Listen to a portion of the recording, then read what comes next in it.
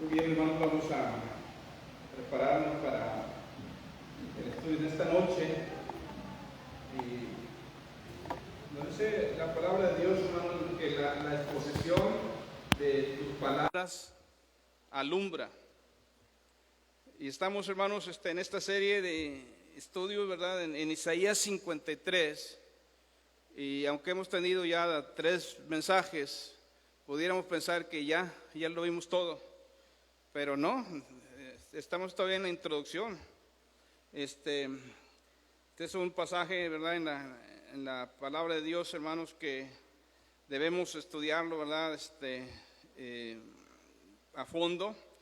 Deberíamos estudiarlo, si no es palabra por palabra, a lo menos sí frase por frase, para conocer qué dice Dios ahí en su palabra, hermanos, ¿verdad?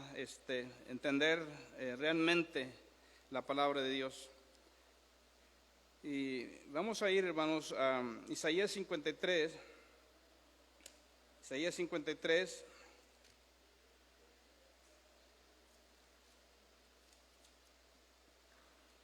Y nos vamos a enfocar solamente, hermanos, en los primeros 3 versículos.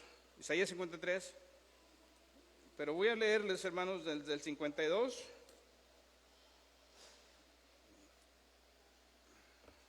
52:15, 52:13.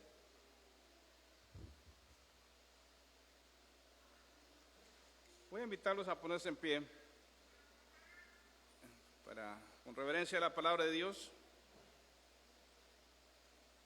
Y vamos a preparar nuestro corazón, hermanos, para que el Señor nos hable, amén.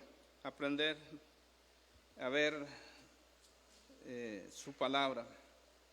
Isaías 52, sígame con su vista del verso 13 al 53, verso 3, dice la palabra: He aquí que mi siervo será prosperado, será engrandecido y exaltado, y será puesto muy en alto. Cómo se asombraron de ti muchos, de tal manera fue desfigurado de los hombres su parecer, y su hermosura más que la de los hijos de los hombres. Así asombrará él a muchas naciones, los reyes cerrarán ante él la boca, porque verán lo que nunca les fue contado, y entenderán lo que jamás habían oído. ¿Quién ha creído a nuestro anuncio? ¿Y sobre quién se ha manifestado el brazo de Jehová? Subirá cual renuevo delante de él, y como raíz de tierra seca, no hay parecer en él ni hermosura. Le veremos más sin atractivo para que le deseemos. Despreciado y desechado entre los hombres, varón de dolores, experimentado en quebranto, y como que escondimos de él el rostro, fue menospreciado y no lo estimamos. Vamos a orar así, hermanos, nuevamente. Oremos. Padre, en esta hora, Señor, nos acercamos a ti, Señor, para pedirte ayuda mientras predicamos, enseñamos tu palabra. Señor, rogamos de la unción de tu Espíritu Santo, de la llenura de tu Espíritu Santo. Rogamos, nos dé sabiduría, Señor. Prepare nuestro corazón, Señor, para recibir tu palabra con mansedumbre, Señor. Quites de nosotros, Señor, toda perturbación.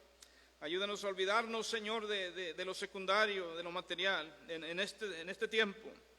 Y, Señor, poder atender, Señor, las necesidades espirituales, las necesidades de nuestra alma, Padre. Ayúdanos, Señor, a desear, como niños recién nacidos, la leche espiritual, Señor, no adulterada, para que por ella crezcamos para salvación. Y, Señor, pues es en el nombre de Jesucristo, Señor, que te lo pedimos. Amén. Amén. Muy bien, hermanos, pueden sentarse. Vamos a pedir a los niños, ¿verdad? Están poquitos, que se estén quietos. Estamos en un culto. A la iglesia no venimos a entretenernos. Venimos a conocer a Dios, ¿verdad? Y vamos a ir enseñándolos también. Muy bien, hermanos, queremos seguir viendo, hermanos, un panorama general de Isaías 53 para entender mejor, hermanos, la palabra de Dios, ¿verdad? Lo que Dios dice aquí en este capítulo, hermanos. Entonces vamos a ver una serie de preguntas para ver un panorama general, hermanos, de lo que nos enseña aquí la palabra de Dios. Y la primera pregunta que vamos a contestar, que vamos a hacer es: ¿cuál es el tema de Isaías 53? ¿Cuál es el tema de este capítulo que es tan importante en el Antiguo Testamento, hermanos, y en la palabra de Dios? ¿Cuál es el tema en Isaías 53? No se necesita ser muy profundo para descubrir, hermanos, cuál es el tema principal de Isaías 53. El tema, hermanos, de este capítulo es el sufrimiento, ¿verdad?, del siervo de Jehová, el sufrimiento. Y Isaías 53, hermanos, nos está hablando de un sufrimiento horrible, un sufrimiento terrible, un sufrimiento traumático aún, un sufrimiento agonizante, es un sufrimiento doloroso, es un sufrimiento mortal, el que vemos aquí, hermanos, en Isaías 53. Por ejemplo, vemos ahí en el verso 3 que dice: despreciado y desechado entre los hombres, varón de dolores, experimentado en quebranto. Varón de dolores, ese siervo que se nos menciona aquí, hermanos, es un varón de dolores, experimentado en quebranto. El verso 4 dice de esta manera: ciertamente llevó él nuestras enfermedades y sufrió nuestros dolores. El verso 5 dice: mas el herido fue por nuestras rebeliones, molido por nuestros pecados, el castigo de nuestra paz fue sobre él, y por su llaga fuimos nosotros curados. El verso 6 dice, al final: Jehová cargó en él el pecado de todos nosotros. El verso 7 dice de esta manera: angustiado él y afligido, no abrió su boca. Como cordero fue llevado al matadero, y como oveja delante de sus trasquiladores enmudeció y no abrió su boca. El verso 8 dice, ¿verdad? Por cárcel y por juicio fue quitado. Y luego sigue diciendo al final: y por la rebelión de mi pueblo fue herido. Por la rebelión de mi pueblo fue herido. Entonces, hermanos, habla de la aflicción, ¿verdad? De la aflicción de este siervo, hermanos, de la aflicción del siervo de Jehová. El verso 10 nos dice: con todo esto Jehová quiso quebrantarlo, sujetándole a padecimiento. Y el verso 11, hermanos, habla de la aflicción de su alma una vez más. Verá el fruto de la aflicción de su alma. Entonces, hermanos, un sufrimiento horrible, un sufrimiento terrible, un sufrimiento, hermanos, agonizante y doloroso, un sufrimiento mortal, es lo que nos habla el capítulo 53, ¿verdad? De Isaías, hermanos. Entonces, ¿cuál es el tema principal? Es el sufrimiento, ¿verdad? El sufrimiento del siervo de Jehová. Ahora, la segunda pregunta que queremos contestar y hacer: ¿merecía este siervo, el siervo de Jehová, merecía esta persona de Isaías 53 sufrir de esa manera?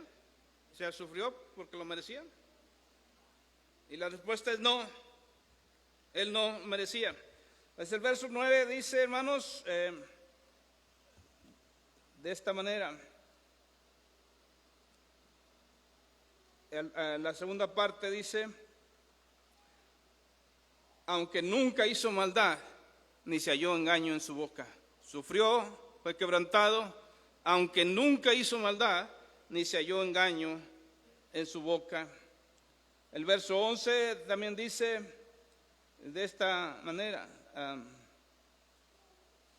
verá el fruto de la aflicción de su alma y quedará satisfecho.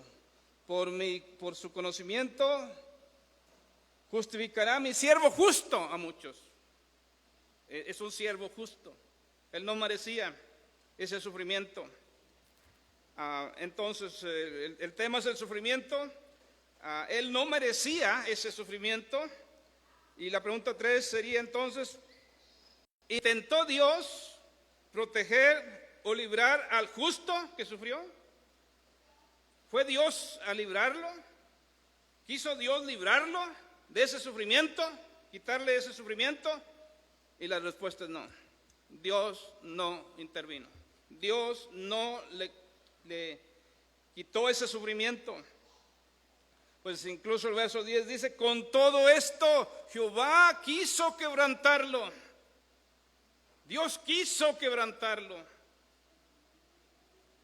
Ahora, ¿es esto una falla de parte de Dios? En eso que hace Dios es coherente con la naturaleza justa de Dios. El no proteger a este siervo justo, a este siervo sin pecado, es falla de parte de Dios. No, es coherente con la naturaleza justa de Dios esto, que Dios no haya librado a ese siervo justo, santo. Y la respuesta es sí es coherente con la naturaleza de Dios. ¿Por qué? Pues el verso 5 dice, mas el herido fue por nuestras rebeliones. El herido fue por nuestras rebeliones. O sea, tú y yo merecíamos justamente sufrir eso. Pero Él sufrió por nuestros pecados. El herido fue por nuestras rebeliones, molido por nuestros pecados. El castigo de nuestra paz fue sobre Él, y por su llaga fuimos nosotros curados. El verso 8, la segunda parte, pues nos dice, ¿verdad? Porque fue cortado de la tierra de los vivientes, y por la rebelión de mi pueblo fue herido. Por la rebelión del pueblo de Dios fue herido, hermano. El pueblo de Dios en el Antiguo Testamento de Israel, el pueblo de Dios en el Nuevo Testamento, hermanos, todos los creyentes, ¿verdad?, en Cristo, por la rebelión de mi pueblo fue herido. Entonces, Él es alguien, hermano, que sufre de manera vicaria en lugar de otros. Es alguien que sufre en lugar de su pueblo. Él llevó la ira de Dios en sí, el castigo de Dios en sí, para que Dios pudiera permanecer justo, a perdonar a los injustos. A nosotros se necesitaba que alguien justo pagara el castigo que nosotros merecíamos. Dios no puede pasar por alto el pecado, y Dios no pasa por alto el pecado, hermanos. Nuestro pecado fue pagado por Cristo en esa cruz. Ahora, en la pregunta 5 sería, ¿por qué es que este siervo haría esto? El de sufrir de manera horrenda sin ser librado por Dios. ¿Por qué él sufriría esto? Es decir, ¿lo hizo a la fuerza? Y la respuesta es no. Él lo quiso. Él entregó su vida, dice la palabra de Dios, hasta la muerte. Él dice, ¿verdad? Yo pongo mi vida para volverla a tomar. Tengo poder para ponerla y tengo poder para volverla a tomar. Ese mandamiento recibí de mi Padre. Él lo quiso hacer, hermano. Él decidió voluntariamente dar su vida. Dice, con todo esto Jehová quiso quebrantarlo, sujetándole a padecimiento. Cuando haya puesto su vida en expiación por el pecado, verá linaje, verá un pueblo redimido, un pueblo salvo, verá linaje, vivirá por largos días, y la voluntad de Jehová será en su mano prosperada. Entonces, pues, Él se entregó a sí mismo, hermanos, por ofrenda, por el pecado, porque Él lo quiso hacer. Él no fue a la fuerza a esa cruz. Se entregó a sí mismo, hermanos, como ofrenda por el pecado. Dice el verso 12, por tanto, yo le daré parte con los grandes, y con los fuertes repartirá despojos, por cuanto derramó su vida hasta la muerte y fue contado con los pecadores, habiendo él llevado el pecado de muchos y orado por los transgresores. Entonces, hermanos, el siervo de Jehová, el siervo sufriente de Jehová, hermanos, es un siervo también sorprendente, ¿verdad? Es sorprendente su sufrimiento, lo que él hizo. Debería siempre mantener en nuestra mente fresca. Lo hizo por nosotros, ¿verdad? El verso 11 nos dice, hermano, la razón principal por la cual él quiso sufrir. El verso 11 dice: verá el fruto de la aflicción de su alma y quedará satisfecho. Por su conocimiento justificará a mi siervo justo a muchos y llevará las iniquidades de ellos. Mire cómo es precisa la Biblia. Por su conocimiento justificará a mi siervo justo a todos, a todo el mundo. ¿Verdad que no? A muchos. Y estos muchos son muchos, no todos. De todas las generaciones, de todos los tiempos, de todos los lugares, de todo tribu, pueblo, nación y lengua, muchos serán salvos por ese sufrimiento, muchos. Ahora esto se amplía, hermanos, porque anteriormente Israel se creía que era la única nación salva, la única nación, ¿verdad?, especial. Pero la muerte de Cristo en el Calvario, hermano, amplió la oportunidad en el plan eterno de Dios de salvación para que no solo Israel fuera salvo, muchos fueran salvos. Cuando Pablo va a predicar el evangelio, hermanos, allá en Corinto, cuando llega por primera vez con el evangelio, hermanos, el Señor le alienta en la noche y le da ánimo y le dice: ten ánimo, Pablo, yo tengo mucho pueblo en esta ciudad. No dijo yo quiero salvar a todos en Corinto, no, tengo mucho pueblo en esta ciudad. Entonces, entender esto, hermano, es difícil, porque no cuadra con nuestra lógica. Pero es lo que dice la palabra de Dios. Ahora, hermano, si la muerte de Cristo en el Calvario fue con la intención de salvar a todos, entonces él fracasó, porque muchos están yendo al infierno. Pero la intención de Cristo es, hermanos, morir por un pueblo, morir por sus escogidos, de todas las generaciones, de todos los tiempos, para darle salvación. Su muerte fue por todos los que él escogió desde antes de la eternidad, desde antes de la fundación del mundo. Ahora, ¿cómo lo hace? Porque, hermanos, ahí se cae luego en comodidad, en conformismo.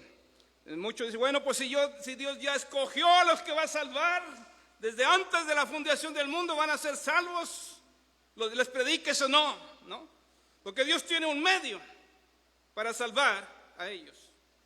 Y a nosotros se nos ordena predicar el evangelio a toda criatura.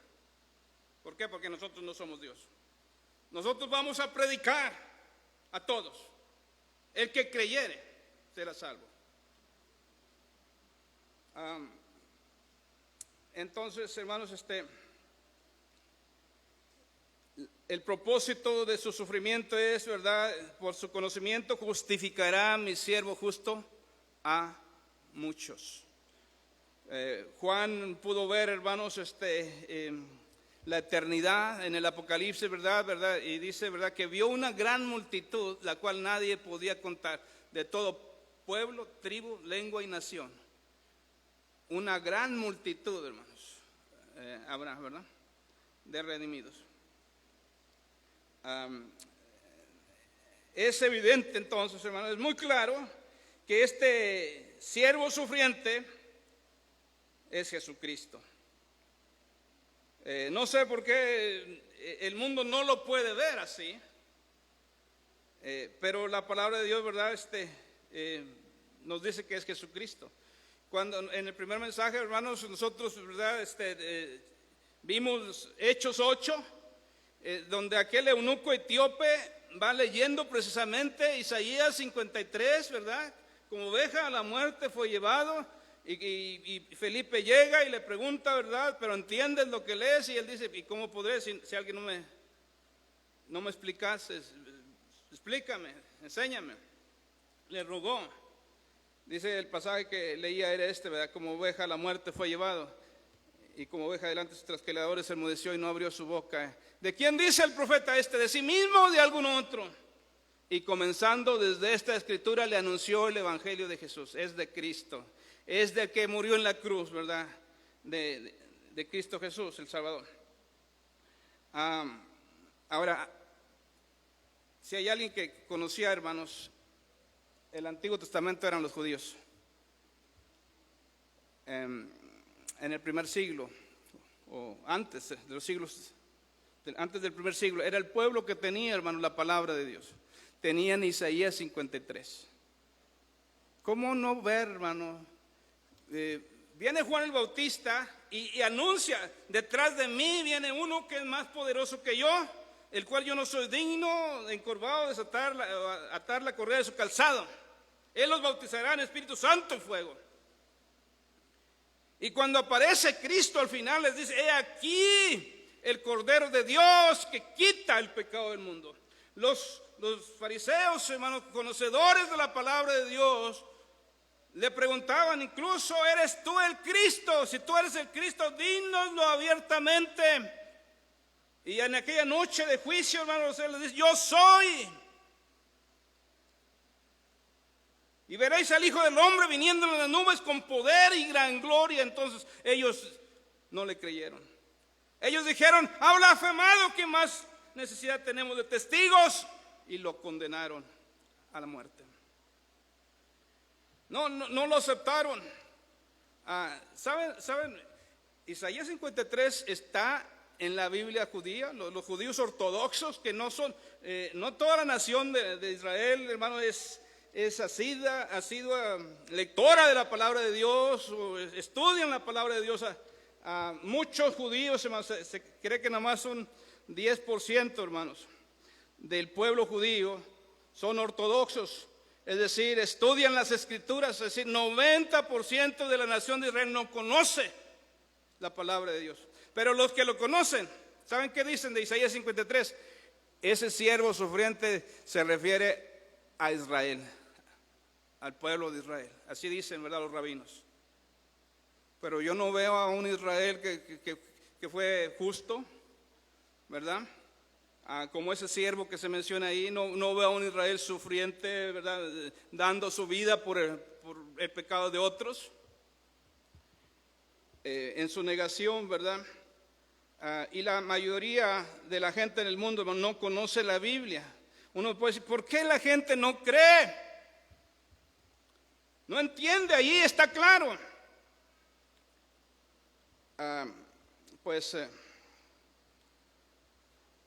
Hay un judío, hermanos, convertido, porque sí hay judíos convertidos, ¿verdad?, desde el primer siglo.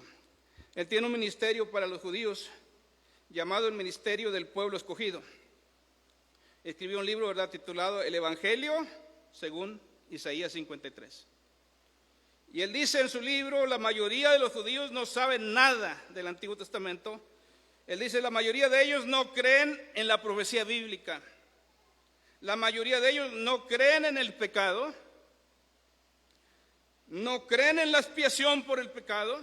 Ya no hay sacrificios como lo hacían allá en el Éxodo.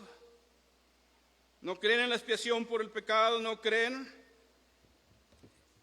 en los sacrificios, no creen en el derramamiento de sangre para quitar el pecado, no creen en el Nuevo Testamento, mucho menos.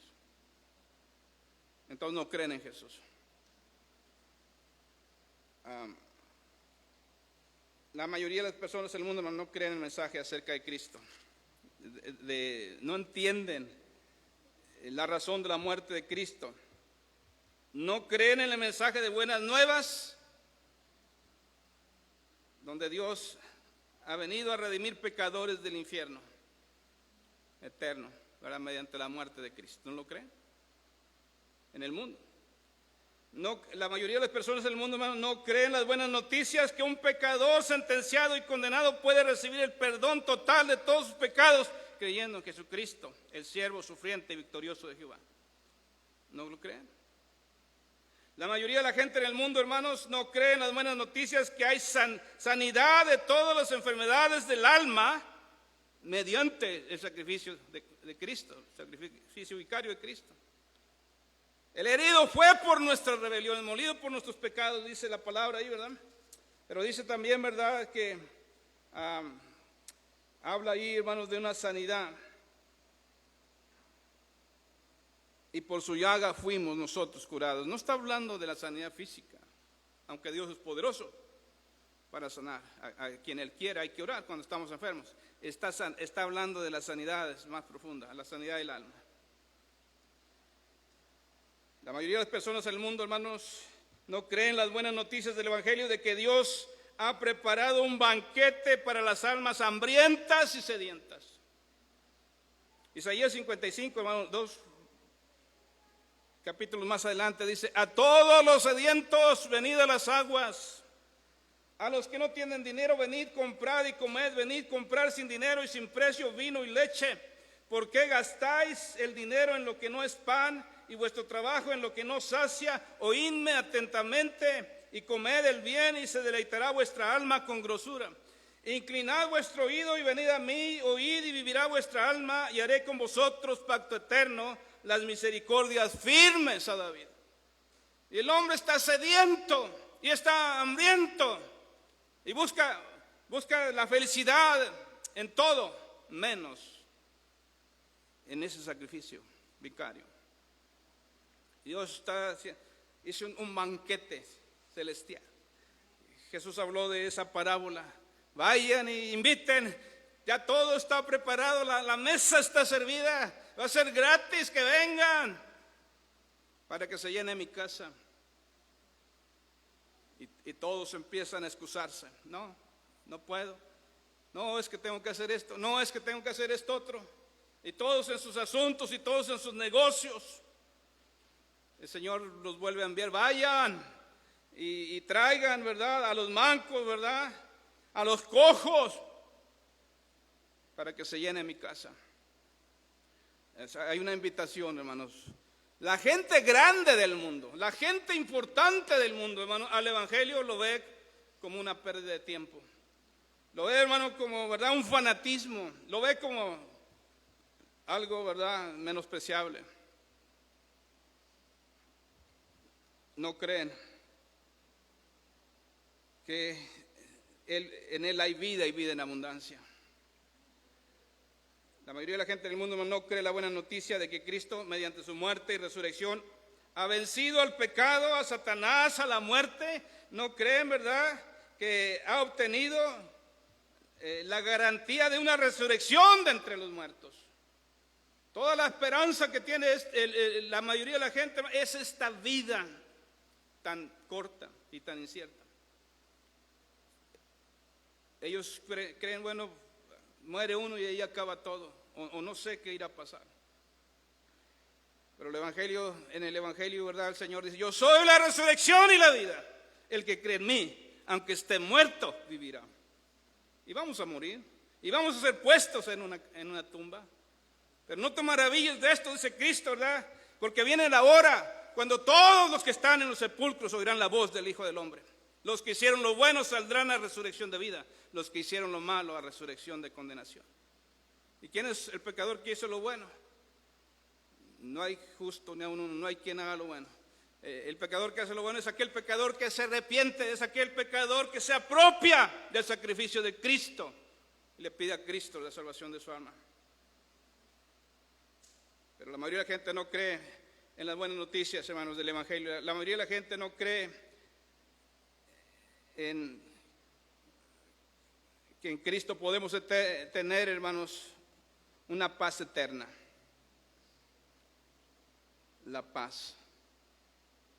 Hace poco yo escuchaba, no sé qué tan cierto sea, no me consta, un famoso artista, Juan Luis Guerra. Ya le cuestionaron, ¿pero por qué? ¿Por qué te hiciste cristiano? Le digo, porque en nada, de toda la fama, de todo el dinero, de todos los lujos, en nada yo encontré la paz, más que en Jesucristo. Solo en Jesucristo encontramos la vida. Dice el Señor, el que pierde la vida por causa de mí la hallará, el que gana su vida la perderá.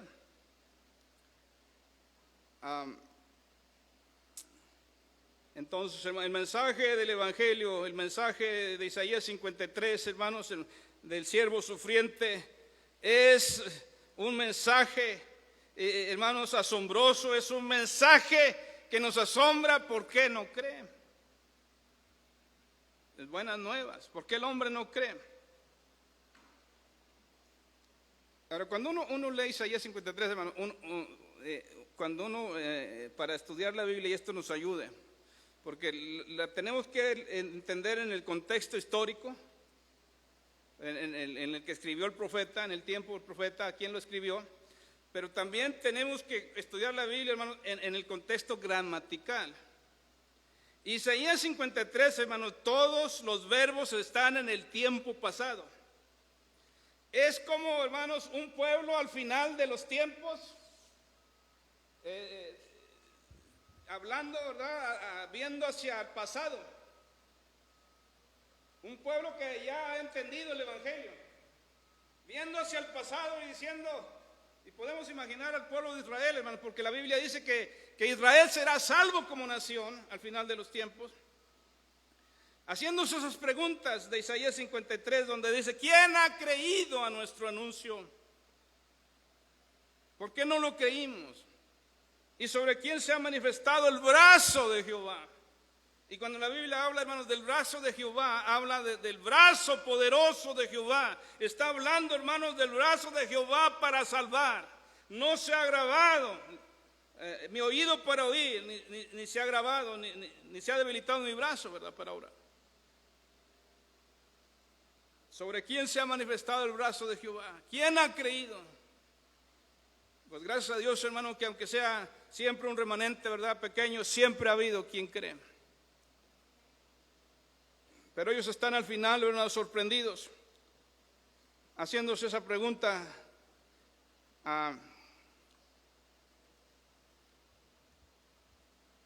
lamentándose.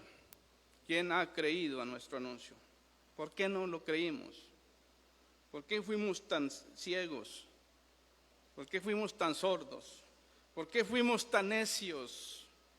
Y dice el libro, hermanos, de Zacarías, que llorarán, lamentarán la nación de Israel como por unigénito. Estarán muy arrepentidos, estarán, hermanos, muy compungidos. Ahora, vamos a ver, hermanos, que ahí Isaías 53, 1 al 3, nos da la razón de por qué judíos y gentiles no han creído. ¿Por qué es tan difícil creer? En los versos 2 y 3 hay por lo menos 3 razones, hermanos, por qué la gente no cree. ¿Por qué se ha rechazado ese sacrificio? ¿Por qué el pecador no acepta ese sacrificio que el siervo sufriente de Jehová Cristo hizo por él en la cruz? En primer lugar, hermano, la primera razón, porque ese siervo tuvo un origen menospreciable. El origen del siervo de Jehová, hermanos, estamos hablando del origen, hermanos, humano. El nacimiento de Cristo fue un origen menospreciable. dice ahí el verso 2, subirá cual renuevo delante de él, y como raíz de tierra seca. No hay parecer en él, ni hermosura le veremos, mas inatractivo para que le deseemos. Ahora, delante de Dios, hermanos, la vida de Cristo, aunque para el judío fue menospreciada, delante de Dios, hermano, fue una vida de complacencia. O sea, Cristo obró delante de Dios, hermano. Los hombres lo vieron nacer en Belén y ni se dieron por enterados. Cuando nace en Belén, hermanos, los que van a verlo, primeramente, son pastores humildes. Era la clase más baja en el rango social en Israel. Van aquellos pastores a verlo, ¿verdad? A ser testigos de su nacimiento. No van los grandes de Israel a verlo. Él tuvo un origen, hermanos, menospreciable. Subirá cual renuevo. Se le presenta ahí, hermanos, como un renuevo, como una raíz de tierra seca. Y está hablando en términos agrícolas. Decir que él es como un renuevo, es decir, que él es como un vástago, un retoño, una raíz seca en el desierto, en un árbol seco. Es un retoño, hermanos, pequeño, innecesario, superfluo, irrelevante, insignificante. Y lo que se hace con un retoño así, seco, en un árbol, se le corta porque le roba vida, ¿verdad? A la planta. No se le aprecia, se le corta. Entonces vemos a Jesús, hermanos, en sus inicios. ¿Por qué no han creído? Porque su inicio fue menospreciable. En su inicio aquí en la tierra, hermanos, vemos la familia de Jesús. No eran prominentes. Su familia era una familia insignificante, hermanos. José y María eran sencillos personas. No eran de los grandes en Israel. Él fue un nadie de los nadies en la sociedad judía. Vivió en una ciudad insignificante casi toda su vida, Nazaret. Allá en Juan 1, hermano, cuando le hablan a Natanael, hemos encontrado al Mesías llamado el Cristo, Jesús de Nazaret.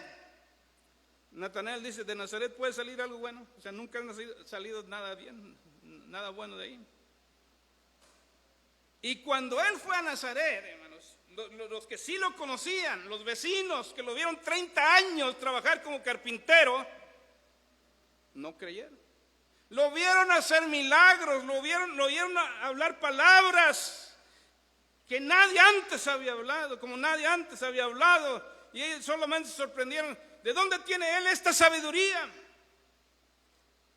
Pero dice el Evangelio de Lucas, y no pudo hacer ahí muchos milagros a causa de la incredulidad de ellos. No creyeron. No puede ser eso el Mesías. Ese no puede ser el Salvador. Entonces, hermano, tuvo un comienzo menospreciable, ¿verdad?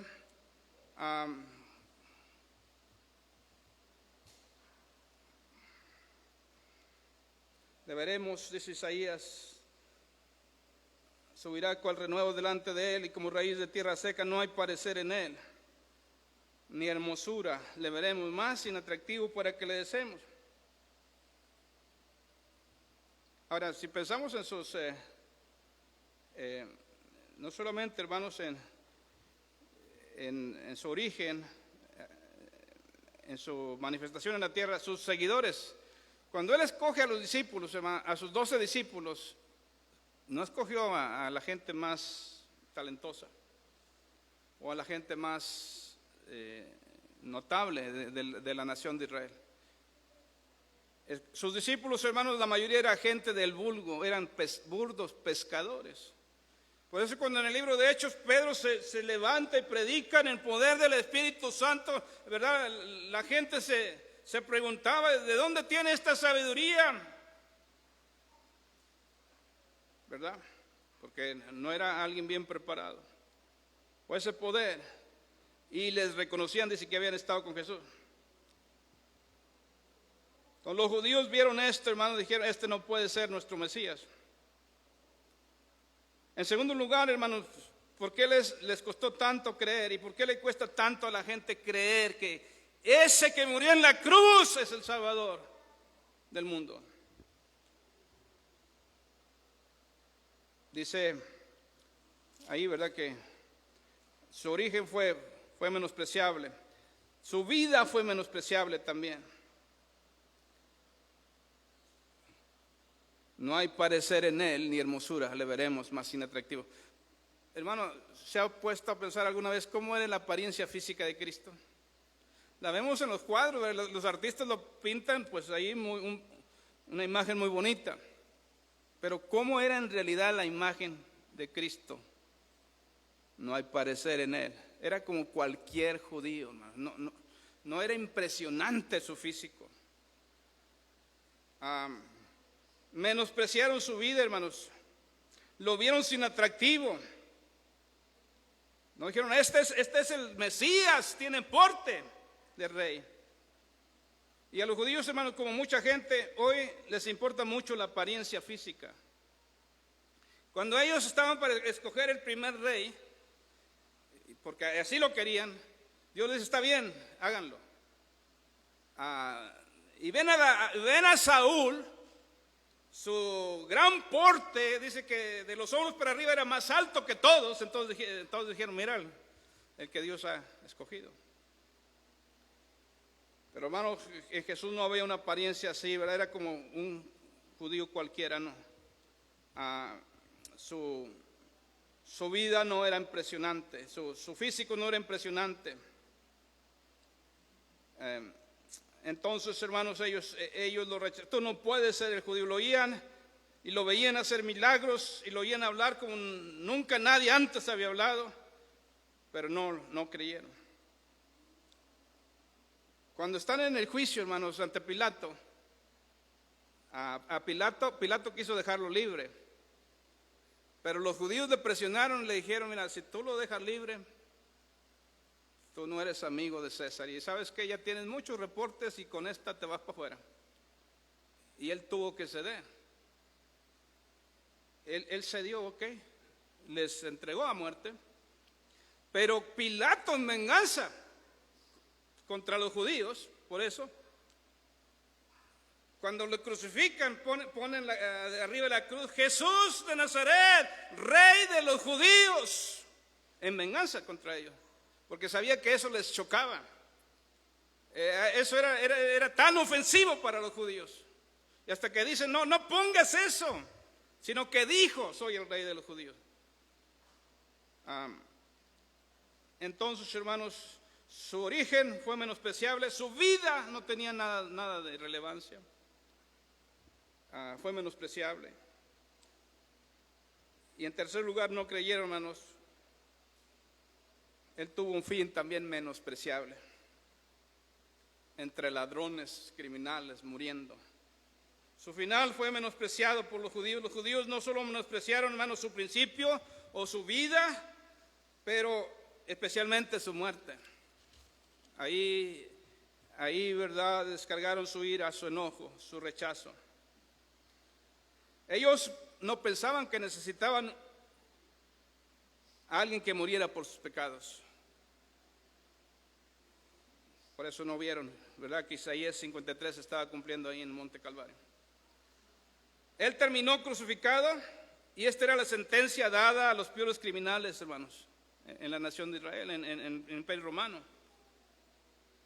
Ellos pudieron haber visto a Jesús, hermanos, en la cruz, pudieron haber dicho, este es el Cordero de Dios. Porque el Cordero que Dios le prometió a Abraham, Jehová se proveerá de un Cordero para el holocausto. O haberlo clavado en aquella cruz, hermanos, pudieron decir, este es el siervo sufriente de Jehová de Isaías 53. Este es el Mesías. Tiene que morir primero y está muriendo por nosotros. O este es el Cordero Pascual que año con año tenían que sacrificar. Nuestra Pascua, que es Cristo, ya fue sacrificada, dice Pablo a los Corintios. Pero en su justicia propia, hermanos, ellos no necesitaban un sacrificio por sus pecados y no necesitaban una expiación, no necesitaban un salvador. Por eso Cristo dijo, no he venido a llamar a justos. O sea, no, si ustedes se creen justos, pues ¿para qué necesitan salvación? Sino pecadores, ¿verdad? Y no creyeron. Fue tanto el rechazo y el menosprecio de los judíos para con Jesús, hermanos, que aún después del primer siglo y hasta nuestros días, la palabra hebrea, hermano, para Jesús es Jesúa. Los rabinos a lo largo de los años han modificado ese nombre al quitarle la A al final. Y dicen él es Jesús. Y Jesús es un acróstico que significa que su nombre sea borrado. O sea, no, ellos lo menosprecian tanto, ¿verdad? No quieren oír su nombre hasta nuestros días como nación. Entonces se ven los escritos rabínicos, hermanos, que Él se ha borrado. No queremos que Él reine, es nuestro rey. Nosotros estamos esperando al Mesías que Dios nos ha prometido. Hasta nuestros días ellos están esperando al Mesías como nación. Él es llamado por los rabinos, hermanos, los maestros judíos, el transgresor. Él es llamado por los rabinos el tolbai, el colgado, el maldito. Porque en la ley está escrito, maldito todo aquel que es colgado en un madero. Para ellos eso es Jesús. La historia real de Jesús, en la historia dice un, ¿verdad? Un libro, ¿verdad?, religioso de los judíos. La historia real de Jesús es la historia de Jesús, dicen los rabinos. Es la historia de un hombre llamado Ben Pandira y una mujer llamada Miriam Ben Stada. Ben Pandira es su padre y Ben Stada era una mujer que era estilista, que tuvo una relación adúltera con José, ¿verdad? Ben Pandira, ellos así creen.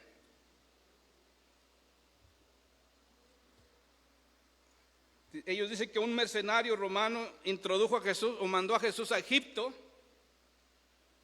porque sí creen que es un personaje histórico, pero que un mercenario romano mandó a Jesús a Egipto para aprender artes mágicas y engañó a los hombres. En el Talmud de judíos dice esto. O sea, los poderes que él manifestó fue por eso. Fue aprender artes mágicas a Egipto. Cuando los rabinos judíos, hermanos, le dicen, bueno, ¿y ustedes cómo reciben o qué creen del Nuevo Testamento? Ellos llaman, hermanos, al Nuevo Testamento, a los evangelios, lo llaman el evangelio pecaminoso. Es una blasfemia. Ellos dicen, ¿verdad? Es una herejía.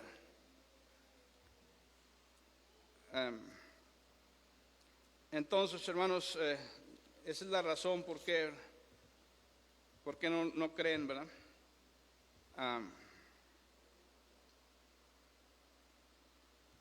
Despreciado y desechado entre los hombres, dice ahí la palabra. Despreciado, el verso 3 de Isaías 53, y desechado entre los hombres. Y no está hablando de todos los hombres, hermanos, ahí la palabra ahí, ¿verdad? En el original se está refiriendo a los gobernantes, a los líderes, a la gente prominente, lo rechazó. En Juan 7 mandan los judíos a los soldados a aprenderle, y los soldados lo escuchan y no pueden aprenderle y regresan y dicen, no, es que no pudimos, es que jamás hombre alguno ha hablado como él. Y los regañan, los gobernantes se les dicen, ¿acaso ha creído en él algún gobernante? Porque, hermanos, ninguna gente importante es registrado como que creyó en Jesús, ¿verdad?, en el Evangelio, salvo Nicodemo en Juan 3. Un principal entre los judíos, el cual vino a Jesús de noche. Pero era discípulo de Jesús secretamente y unos cuantos más, hermano. pero nadie importante creyó en él. Dice la Biblia, mirad hermanos vuestra vocación, que no son muchos nobles según la carne, ni muchos poderosos, sino que lo necio del mundo, lo vil y lo menospreciado escogió Dios, y lo que no es para deshacer lo que es, para que nadie se jacte en su presencia.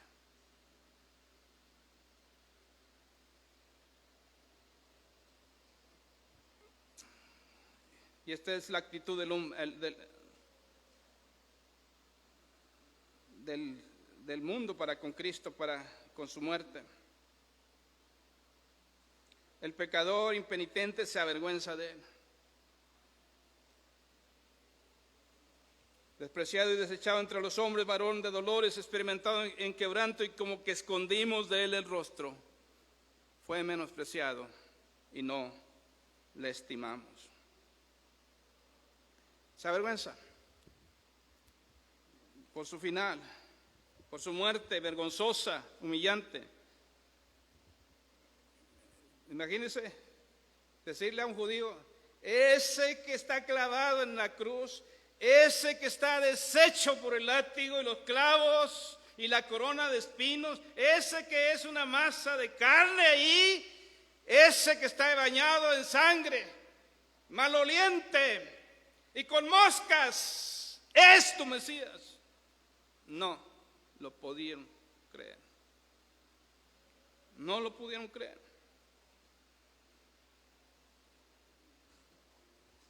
Para aquellos, aquel varón, hermanos, no encaja con el retrato del Mesías que ellos tenían. Él es alguien de quien los hombres esconden su rostro. Es alguien tan grotesco. Mirar a él en esa cruz así,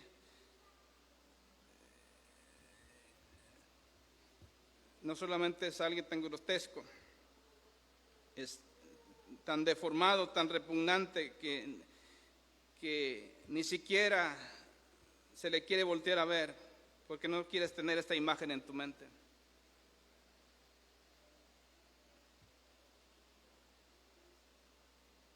Y esa es la perspectiva, hermanos, de los judíos y del pecador impenitente. No quieren ver esa cruz.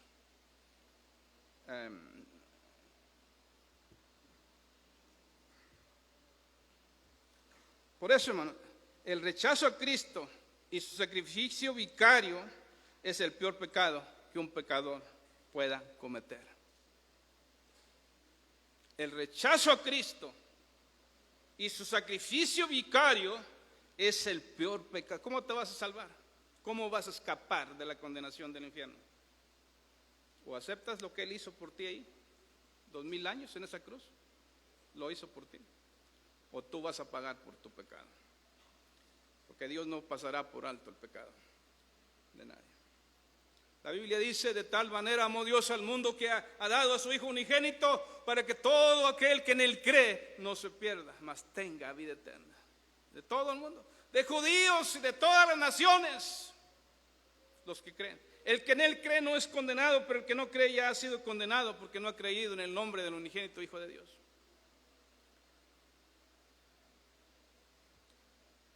El que cree en el Hijo tiene vida eterna. El que rehúsa creer en el Hijo no verá la vida, sino que la ira de Dios está sobre él. Quiero finalizar, hermano, con un pasaje de Hechos. La predicación de los apóstoles, hermanos, se centró ahí, en Cristo, en su muerte y en su resurrección, en Isaías 53. Allá en el primer sermón registrado, hermanos, en el libro de los Hechos 3, Pedro está predicando a judíos. Hechos 3.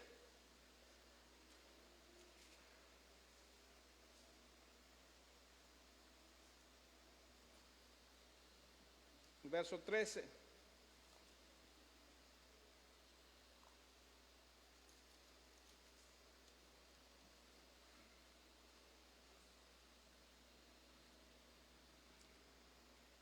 Dice en su sermón el apóstol Pedro, está una multitud de judíos oyéndole: el Dios de Abraham, de Isaac, de Jacob, el Dios de nuestros padres ha glorificado a su Hijo Jesús, a quien vosotros entregasteis y negasteis delante de Pilato, cuando éste había resuelto ponerle en libertad.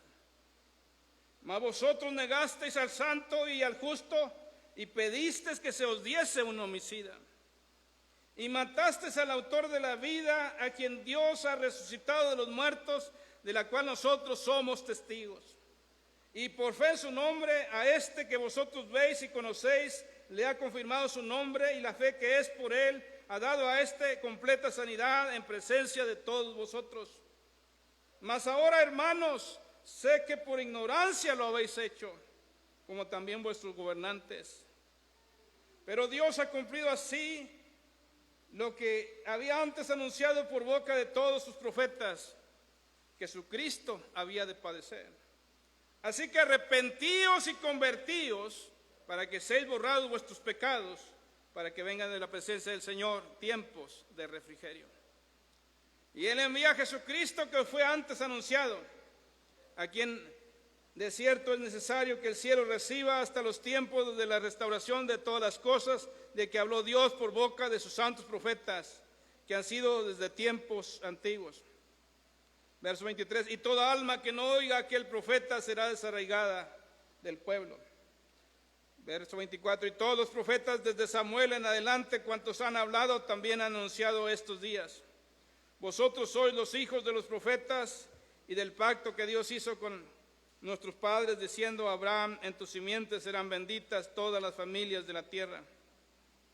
A vosotros primeramente Dios, habiendo levantado a su Hijo, lo envió para que os bendijese, a fin de que cada uno se convierta de su maldad.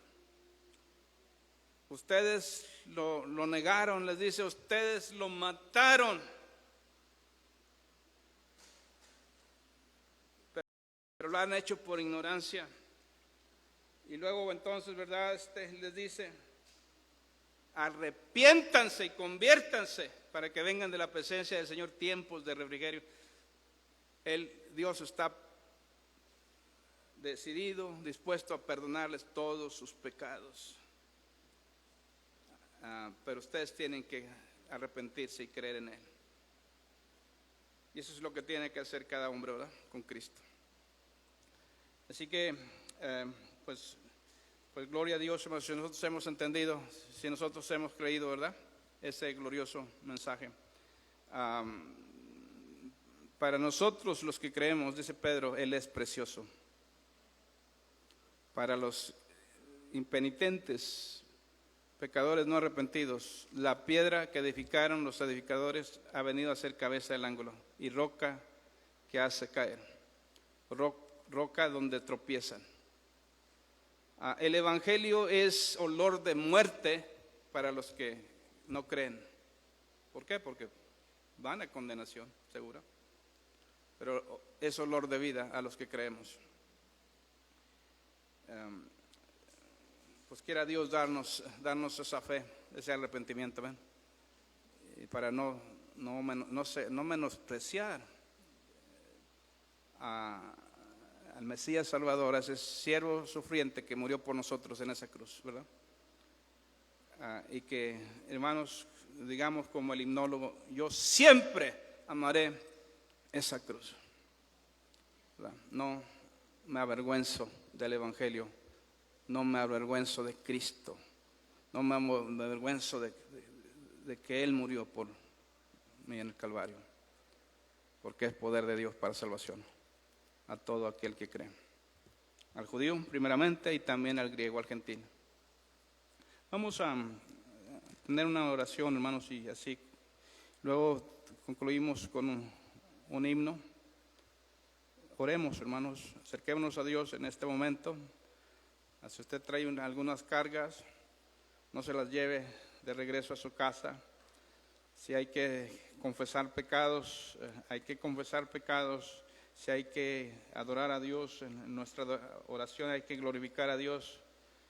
Hay que agradecerle eternamente porque ahora somos hijos de Dios y aún no se ha manifestado lo que hemos de ser. Si tú aún no te has arrepentido de tu pecado para con Dios, hazlo ahora. Hoy es el tiempo aceptable. No sigas más menospreciando su sacrificio, su muerte que Él hizo por ti en esa cruz. Porque que Él lo hizo por ti. En esta noche, Padre, estamos delante de ti. Te damos gracias por tu palabra, Dios. Una y otra vez, Señor, de Génesis a Apocalipsis.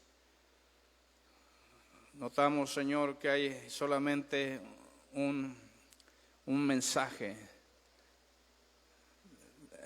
Tu Biblia es la historia de redención, la eterna historia de redención. Qué precioso es poder ver, Señor, tu palabra y entender tu palabra y creer tu palabra. Y gracias, Señor, porque un día, hace muchos años, cuando por años en vanidad, Señor, había menospreciado a Cristo, menospreciado su muerte por ignorancia, pero Señor, tú tuviste misericordia y de muchos de nosotros, y Señor, pudimos entender y pudimos creer, nos diste el valor, hicimos la gran decisión, Señor, de creer, arrepentirnos y creer, Señor, en Jesucristo, y ahora somos tus hijos, y tú nos has dado, Señor, una paz que el mundo no da, una vida, Señor, abundante y una esperanza viva. Señor, ruego por aquellos que no tienen todavía esa salvación. Ruego, Señor, para que tú les des valor y tú les des arrepentimiento y fe y puedan ser salvos también, Señor. Y ayúdanos, Señor, a aprovechar el poco tiempo que tenemos ya en esta vida, Señor, para seguir proclamando el Evangelio.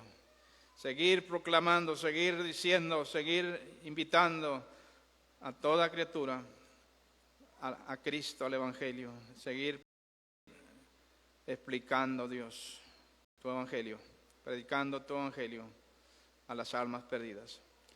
En el nombre de Cristo, Señor, lo rogamos, Padre. Amén, amén. De pie vamos a cantar, hermanos, el himno en el Monte Calvario. También creo es un himno que es antiguo y con el que estamos familiarizados.